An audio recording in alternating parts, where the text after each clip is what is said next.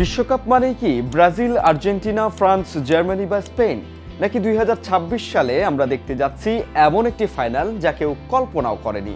যদি দেখেন, বিশ্বকাপ ফাইনালে নেই মেসির আর্জেন্টিনা, নেই ভিনিসিয়াসের ব্রাজিল, নেই এমবাপ্পের ফ্রান্স, বরং খেলছে মরক্কো, জাপান, সেনেগাল কিংবা উজবেকিস্তানের মতো কোনো দল। শুনতে অবাস্তব লাগছে, কিন্তু ইতিহাস বলছে বিশ্বকাপে অসম্ভব বলে কিছুই নেই।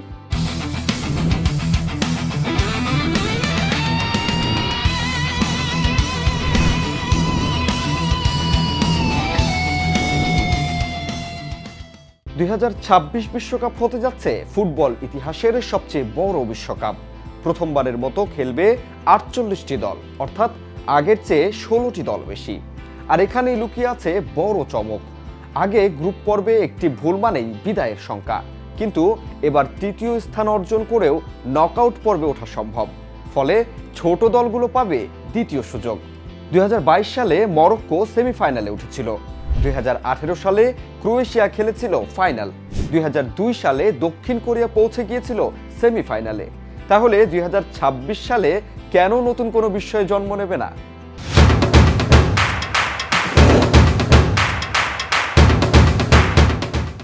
জাপান, সেনেগাল, কানাডা, উজবেকিস্তান কিংবা মরক্কোর মতো দলগুলো যদি ছন্দ পেয়ে যায়, তাহলে বড় বড় দলগুলোকেও বিদায় করে দিতে পারে।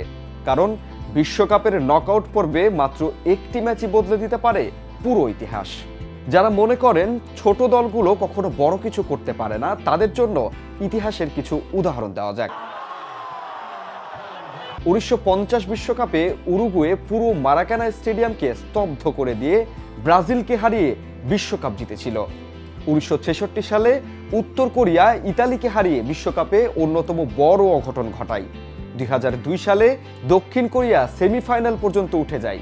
২০১৮ সালেও মাত্র ৪০ লাখ মানুষের দেশ ক্রোয়েশিয়া বিশ্বকাপের ফাইনাল খেলে। আর ২০২২ সালে মরক্কো আফ্রিকার প্রথম দেশ হিসেবে বিশ্বকাপের সেমিফাইনালে উঠে ইতিহাস তৈরি করে। তারা বেলজিয়াম, স্পেন এবং পর্তুগালের মতো শক্তিশালী দলকে বিদায় করেছিল। এগুলো প্রমাণ করে যে বিশ্বকাপে নাম নয়, পারফরমেন্সই শেষ কথা। এক নজরে একবার দেখে নেওয়া যাক কোন দলগুলো এবারের বিশ্বকাপে ডার্ক হর্স হওয়ার দৌড়ে এগিয়ে আছে।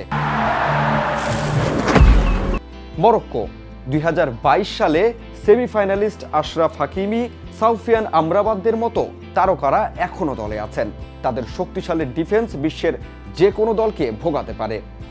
জাপান, জার্মানি এবং স্পেনকে হারানোর অভিজ্ঞতা রয়েছে। ইউরোপের শীর্ষ লিগে খেলা অসংখ্য ফুটবলার রয়েছে তাদের দলে। শৃঙ্খলা, গতি এবং ট্যাকটিক্যাল ফুটবলের কারণে তারা হতে পারে ভয়ঙ্কর প্রতিপক্ষ। সেনেগাল আফ্রিকার অন্যতম শক্তিশালী দল। শারীরিক শক্তি, গতি এবং ইউরোপিয়ান অভিজ্ঞতায় তারা যে কোনো বড় দলকে চাপে ফেলতে পারে। কানাডা সহ আয়োজক হওয়ায় ঘরের মাঠের সুবিধা পাবে। উত্তর আমেরিকার দর্শকদের সমর্থন তাদের জন্য বড় শক্তি হতে পারে। উজবেকিস্তান প্রথমবারের মতো বিশ্বকাপে খেলতে যাচ্ছে। ইতোমধ্যেই এশিয়ান ফুটবলে নিজেদের শক্তিও প্রমাণ করেছে। বিশ্বকাপের নতুন দলগুলো প্রায় চমক দেখায়। এছাড়াও এই তালিকায় ক্রীড়া গণমাধ্যমগুলো এগিয়ে রাখছে ইকুয়েডর, নরওয়ে, মেক্সিকো ও সেনেগালকেও। গোল বলের এই মহারণে যে কোনো দলই মুহূর্তেই হয়ে উঠতে পারে ভয়ঙ্কর। কল্পনা করুন, বিশ্বকাপ ফাইনালে নেই ব্রাজিল, নেই আর্জেন্টিনা, নেই ফ্রান্স, বরং ফাইনাল খেলছে এমন দুটি দল যাদের নাম টুর্নামেন্ট শুরুর আগে কেউ কল্পনাও করেনি। অসম্ভব?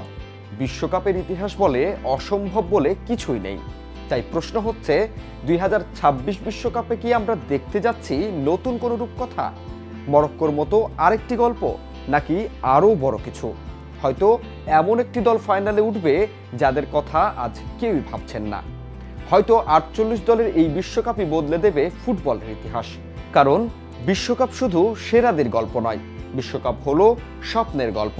আর কখনো কখনো সেই স্বপ্নই হার মানায় সবচেয়ে বড় শক্তিকে। আপনার মতে ২০২৬ বিশ্বকাপের সবচেয়ে বড় ডার্ক হর্স কোন দল? মরক্কো, জাপান, সেনেগাল নাকি অন্য কেউ?